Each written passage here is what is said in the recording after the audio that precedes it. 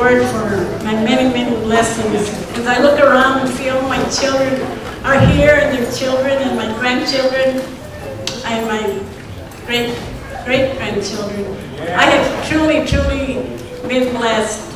Bert really, really, really loved his mother. He was such a, wherever he was, wherever, I had people used to come to the house at all hours of the day or night, and they wanted some of those famous burritos that I used to make. And I used to, Bert, and I, you know, as I look back, I can remember, I guess Eddie was around 10 years old, and I was on my way to Paris. You all know I had a home in Paris with my husband out there. And he came in early in the morning with some Hell's Angels friends or some kind of, you know, weird friends. He said, "Mom, I heard you had an accident." No, son. I said, I was driving Suburban and I got a flat tire on my way to Paris and nobody ever stopped. And it was a New Year's Eve, and son, there it was, and for 2.5 hours I'd see the cars go by and nobody stopped. Then all of a sudden I looked to one side and there was, someone made eye contact with me, and sure enough, it was the little boy next door on his way to Temecula. Sally, what happened? And I started crying. I said, I got a flat tire with this big hernia. I was a little chavette then.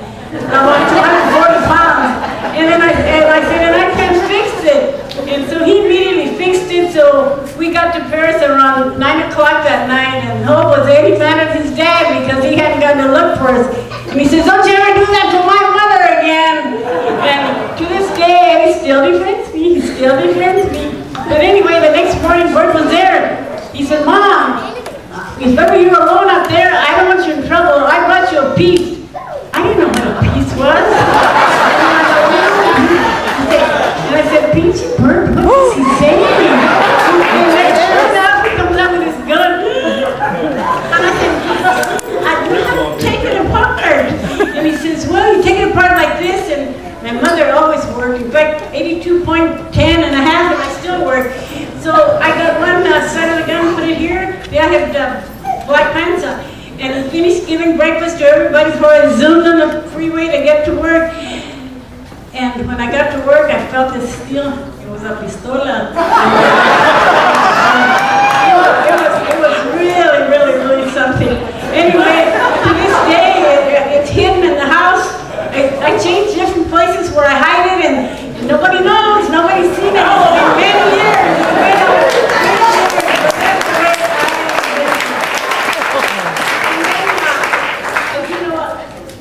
Bert was Bert. And I just want to tell you this one story. My daddy lived with me. My daddy loved me. He was always there for me. But he always had a competition with my children, you know, because he wanted to be number one, and my kids have always been number one, always. And then he says, okay, Dora. And then sure enough, he tells me, you know, he says, "Times are really getting bad." I said, "Really, Dad?" Yes. He says, "Yes." He opened the curtain so he could look out in front. He was in a wheelchair, but my dad was all there here. And he said, "You know, Bert is really having a bad time." I said, "Is he, Dad?" And then I said to myself, what is he trying to tell me? And then sure enough, he says, he was across the orchard there, and he's so broke that they had one cigarette and they'd go,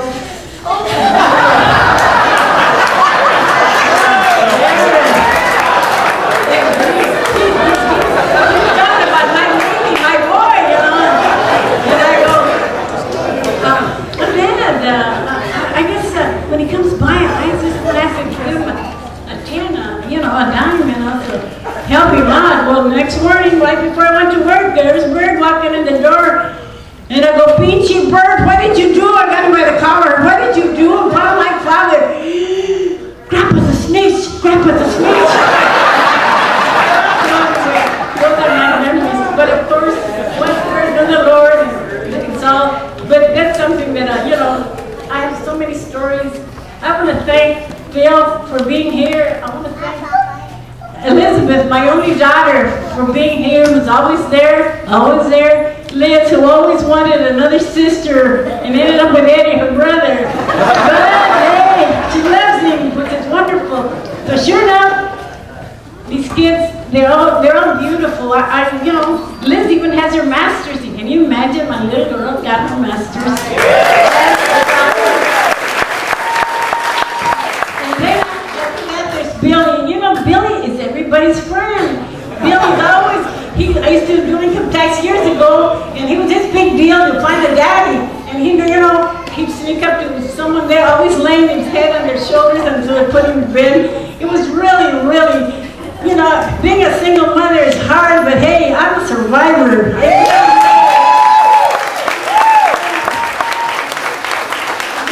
Billy, guess what? I got my twinsies. Blacko was always there for me. He's still there for me. And Mel, who comes all the way from Texas.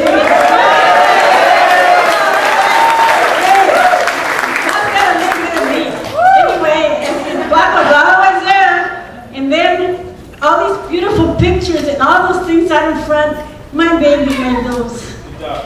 I want to thank you, Eddie, from the bottom of my heart. Eddie really, really loves his mother. I was almost 40 years old when he was born. And Liz, anyway, and Liz was 12, and Liz has been the second mother to Eddie. And she loves him, and he loves her, and what can make a mother happier than have all these children, grandchildren, great-grandchildren? Would all the grandchildren please stand? All of them. Come on, come on, come on.